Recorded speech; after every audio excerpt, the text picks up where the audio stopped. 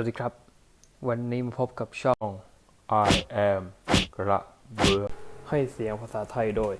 กระเบือถ้าชอบใจก็อย่าลืมกดไลค์กดแชร์และคอมเมนต์เพื่อเป็นกำลังใจกดติดตามด้วยอยากมีเพื่อนสวัสดีเพื่อนๆวันนี้เรามาพูดถึงเรื่องสุขภาพกันนะครับเราจะพูดถึงเรื่องลำไส้5 สัญญาณเตือนอันตรายเกี่ยวกับว่าลำไส้ของคุณกำลังมีปัญหา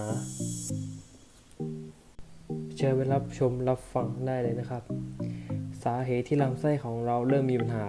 เริ่มมาจากอาหารการกินที่ส่วนใหญ่แล้วมาจากแป้งน้ำตาลที่เป็นคาร์โบไฮเดรตเชิงเดี่ยวที่มีปริมาณสูงมากเกินไปซึ่งอาจทำให้ระบบย่อยอาหารเกิดความผิดปกติเช่นท้องอืดท้องเฟ้อและแบคทีเรียที่ดีต่อลำไส้ของเราที่มีอยู่อาจจะลดน้อยลงแบคทีเรียที่ไม่ดีต่อลำไส้เลยเพิ่มมากขึ้นนอกจากนี้ความเครียดการพักผ่อนไม่เพียงพอก็ส่งผลต่อลำไส้ของเราได้เช่นกันนี่คือ5 สัญญาณอันตรายเกี่ยวกับลำไส้ที่อาจกำลังมีปัญหาข้อที่1ปวดท้องอืดเป็นหายหากมีอาการปวดท้องอืดและมีอาการแบบนี้อยู่เรื่อยๆเป็นหายอาจจะนึกว่าตัวเองเป็นโรคกระเพาะอาหารอักเสบแต่ที่จริงแล้วอาจจะไม่ได้เป็นโรคกระเพาะอาหารอักเสบเสมอไปอาการปวดท้องอืดเป็นหาย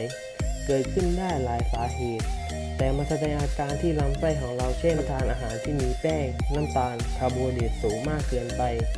อาหารที่มีการปรุงแต่งมากเกินไปทำให้ร่างกายย่อยอาหารผิดปกติอาจทำให้เราเกิดอาการท้องอืดได้เสี่ยงต่อภาวะกรดไหลย้อนท้องอืดมากกว่าปกติดังนั้นควรรับประทานอาหารที่มีคาร์โบไฮเดรตให้น้อยลงหรือเลือกคาร์โบไฮเดรตเชิงซ้อนเช่นข้าวกล้องขนมปังโฮมวีตปรุงแต่งอาหารน้อยๆก็จะช่วยลดอาการปวดท้องอืดเป็นหายได้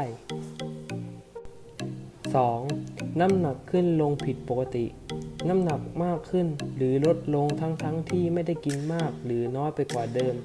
กิจวัตรประจำวันเหมือนเดิมแทบทุกอย่างอาจจะมีสาเหตุมาจากพฤติกรรมการกินไม่เหมาะสมในกรณีที่น้ำหนักมากขึ้นผิดปกติอาจจะบริโภคแต่อาหารที่มีน้ำตาลสูงเกินไปการดูดซึมของลำไส้แย่ลงกินแล้วลำไส้แน่ดูดซึมสารอาหารดีๆไปใช้กับร่างกายแต่ขับถ่ายออกมาหมดทำให้เกิดภาวะหิวสารอาหารและสารอาหารที่ร่างกายมักโหยหาภาวะนี้คือคาร์โบไฮเดรตหรืออาหารหวานนั่นเองในรายที่น้ำหนักลดลงอย่างรวดเร็วอาจเกิดจากแบคทีเรียในลำไส้ผิดปกติทำให้เกิดการดูดซึมสารอาหารที่แย่ทำให้ร่างกายได้รับสารอาหารน้อยลงซึ่งอาจจะส่งผลให้เกิดภาวะขาดสารอาหารในระยะยาวจนเสี่ยงโลหิตจางได้เลยทีเดียวเพราะขาดธาตุเหล็กจากการดูดซึมที่ไม่ดี 3. มีปัญหาการนอนระบบลำไส้อาจจะทำให้ระบบการทำงานของฮอร์โมนบางชนิดในร่างกายผิดปกติได้เช่นฮอร์โมนซีโรโทนินที่ควบคุมเวลาในการนอนของเราหากฮอร์โมนชนิดนี้มีความผิดปกติมากไปหรือน้อยไป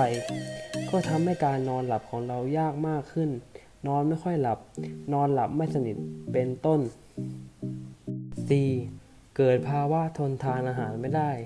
ภาวะทนทานอาหารไม่ได้หมายถึงภาวะที่เราไม่สามารถรับอาหารเข้าสู่ร่างกายได้ร่างกายไม่สามารถย่อยอาหารชนิดใดได้ไม่สามารถดูดซึมสารอาหารนั้นๆได้เข้าไปในร่างกายจะมีแก๊สจากการย่อยอาหารมากทำให้ท้องเสียเรื้อรังท้องอืดมวนท้องแน่นท้องไม่สบายท้องปวดท้องคลื่นไส้โดยเกิดจากในลำไส้มีแบคทีเรียที่ไม่ดีต่อร่างกายมากเกินไปแบคทีเรียที่ดีต่อร่างกายนั้นมีน้อยเกินไปทำให้ลำไส้ไม่สามารถย่อยอาหารที่เรากินเข้าไปได้ไม่ว่าอาหารเหล่านั้นจะดีและมีประโยชน์มากแค่ไหนก็ตามสามารถแก้ปัญหานี้ได้โดยการพยายามรับประทานอาหารที่มีพรีไบโอติกจากธรรมชาติเช่น โยเกิร์ต กิมจิ คีเฟอร์ ถั่วหมักซึ่งจะช่วยเพิ่มพรีไบโอติกหรือแบคทีเรียที่ดีต่อร่างกายให้กับลำไส้ 5. ผิวหนังอักเสบ เมื่อลำไส้เราอยู่ในสภาวะอักเสบ ลำไส้จะเกิดรูเล็กๆที่เรามองไม่เห็น ทำให้สารอาหารหรือโปรตีนที่เรากินเข้าไปรั่วออกมา โปรตีนที่รั่วออกมาจะทำปฏิกิริยากับผิวหนัง จนทำให้เกิดอาการแพ้ได้ อาจทำให้เกิดผดผื่นแดงดังนั้น ใครที่ผื่นแดงขึ้นตามผิวหนังบ่อยๆ อาจจะต้องดูด้วยว่ามีปัญหาทางลำไส้ด้วยหรือเปล่า อย่างไรก็ตามเพื่อความถูกต้องในการรักษา เมื่อมีอาการผิดปกติ ควรเข้ารับการตรวจกับแพทย์อย่างละเอียด เพื่อหาวิธีรักษาที่ตรงจุด ขอบคุณครับที่รับฟังจนจบ ฝากกดไลค์ กดแชร์ กดติดตามด้วยนะครับ และขอบคุณข้อมูลดีๆจาก www.sanuk.com